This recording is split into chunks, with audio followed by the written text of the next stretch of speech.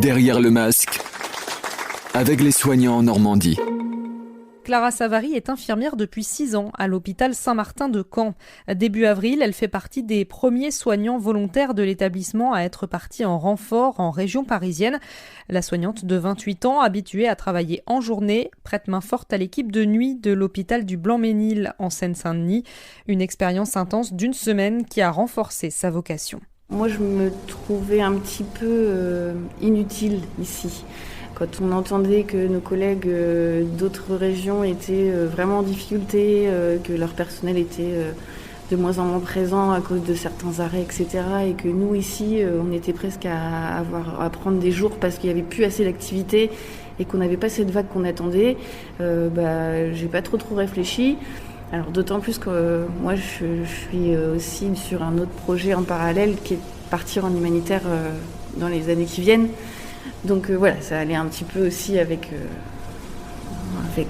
le projet. Je fais pas ça j'attends rien en retour. C'est vraiment aller aider mes collègues et puis essayer d'aider les personnes qui en ont besoin. Voilà, pour moi c'est le but de mon métier. Et voilà. Moi je suis normalement 2 jours à la clinique ici et là-bas j'ai été amenée à faire des nuits, quoi. Après les équipes ont été vraiment très très très accueillantes et ça. Ça a été incroyable, quoi. J'ai même pas les mots pour vous expliquer. En fait, on est arrivé et on était leurs collègues et puis voilà, ils nous ont pas lâchés. Ils étaient vraiment vraiment très contents de nous voir arriver parce que ils sont fatigués, quoi. Ça a été plutôt une surprise pour la plupart des gens qu'on a croisés la première fois et ils ont tous eu la même réaction. Voilà, ils étaient grand sourire. C'est vraiment très chouette ce que vous faites, voilà. Il y en a même qui nous ont dit moi j'aurais jamais pu partir de chez moi comme ça, c'est courageux, etc. Donc déjà c'était quand même l'appréhension qu'on avait en arrivant dans un autre établissement, de savoir comment on allait pouvoir être accueillis par ces équipes-là qui sont en difficulté, en fait. Donc à avoir des nouvelles personnes où il faut réexpliquer, redonner les informations, ça doit pas être si facile et vraiment on n'a pas du tout de problème par rapport à ça. Le Covid-19, vous l'avez croisé, vous avez vu des patients, voilà. Est-ce que tout de suite, quand on arrive, on se dit, bah oui, la situation est complètement différente que chez nous en Normandie. Vous étiez confronté à quoi, en fait ? Oui. Alors, dans l'hôpital où on a été, alors qui est un plus petit hôpital que chez nous, donc ils ont transformé 2 services. Il y avait quand même 55 lits de médecine qui étaient quasiment tous pleins, quoi. Et puis dès qu'il y en a un qui se libérait, parce que quand même les patients sortent, faut le savoir, il y avait quasiment tout de suite quelqu'un d'autre qui était hospitalisé. Et, j'ai été surprise de la virulence du virus et de son instabilité, en fait, et de la détresse des personnes qui sont dans les lits et pour lesquelles on peut finalement pas faire grand-chose à part leur apporter l'oxygène dont ils ont besoin, en fait. Et c'est vrai que c'est un petit peu frustrant et c'est surprenant. Quand on n'est pas dedans, je pense qu'on ne peut pas vraiment prendre conscience de ça. Qu'est-ce qui est surprenant ? C'est le type de patient, par exemple, des patients qu'on ne s'attend pas forcément à voir là ou... Oui, c'est ça. Alors on parle quand même il y a quand même souvent des patients avec des facteurs de risque, des personnes qui sont un peu en surpoids, les personnes qui font de la tension, qui font du diabète. Mais il y a beaucoup de patients jeunes, malgré tout ce qu'on peut entendre, voilà, mais il y a beaucoup de patients jeunes. Des patients entre 30 et 50 ans, c'est pas rare, malheureusement. Ça c'est la première surprise et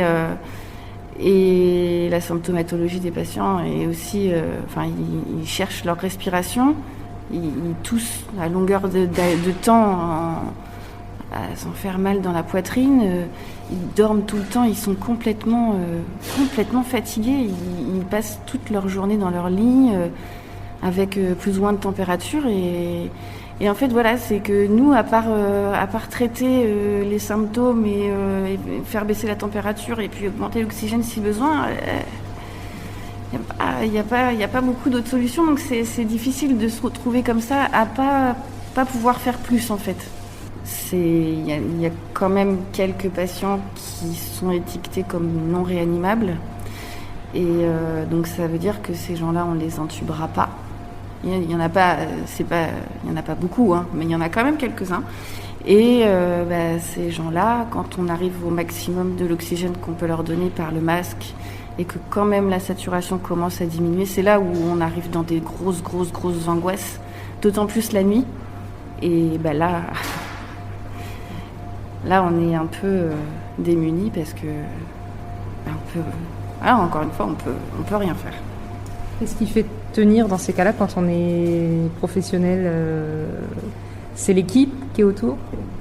C'est l'équipe, mais c'est aussi les patients. Parce que les patients, ils nous le rendent bien. En fait, on a beaucoup de patients qui nous remercient de ce qu'on fait pour eux malgré tout ça. Et puis oui, l'équipe, c'est important. On parle, on arrive quand même à parler d'autres choses, à rigoler aussi un petit peu, c'est important.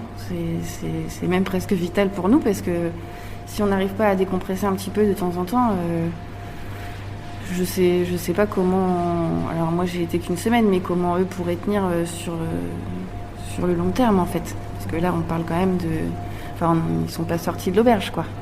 Vous êtes senti utile là-bas? Ouais. Ah oui, utile parce que voilà, on est dans le vif du sujet, parce qu'on traite vraiment la maladie, le virus en lui-même, et on se sent utile Puis en fait, utile aussi dans le sens où on soulage aussi nos collègues qui font des heures sup, qui n'ont pas eu leurs vacances parce qu'ils pouvaient pas prendre leurs vacances. C'est ça aussi, c'est aussi ça. C'est être utile pour aller juste soulager un petit peu nos collègues, mais ne serait-ce que ça, c'est important en fait. Là-bas, je ne sais pas si vous étiez dans un quartier où il y a beaucoup de monde qui applaudissent à 20h. On pense à quoi en entendant ces applaudissements? Alors là-bas, oui, il y avait pas mal d'applaudissements, les cuillères sur les casseroles, etc. J'ai même eu à un moment donné une espèce de petit feu d'artifice qui a été tiré là dans le ciel, un truc rose, voilà. Alors moi c'est bizarre en fait, je me sens un peu gênée. Je me sens pas. Déjà j'ose pas sortir sur mon balcon parce que je me vois pas m'applaudir, même si je sais que c'est pas que les soignants qu'on applaudit, mais je suis un peu gênée de tout ça. Après, je trouve que ça me donne toujours le sourire quand j'entends les gens applaudir ou siffler à 20h. Voilà, ça fait plaisir, mais voilà, c'est... Parce que j'avais discuté avec un ancien professeur à moi qui me félicitait pour ça. Et moi, je lui ai dit, mais moi, je fais que mon travail, en fait. Et il m'a dit, non, c'est pas que ton travail. Mais si, pour moi, c'est logique, c'est comme ça, je suis dedans, je suis infirmière et puis mon but c'est de soigner les gens. Donc voilà, pour moi j'ai juste fait mon travail. Derrière le masque, avec les soignants en Normandie. Podcast by Tendance Ouest.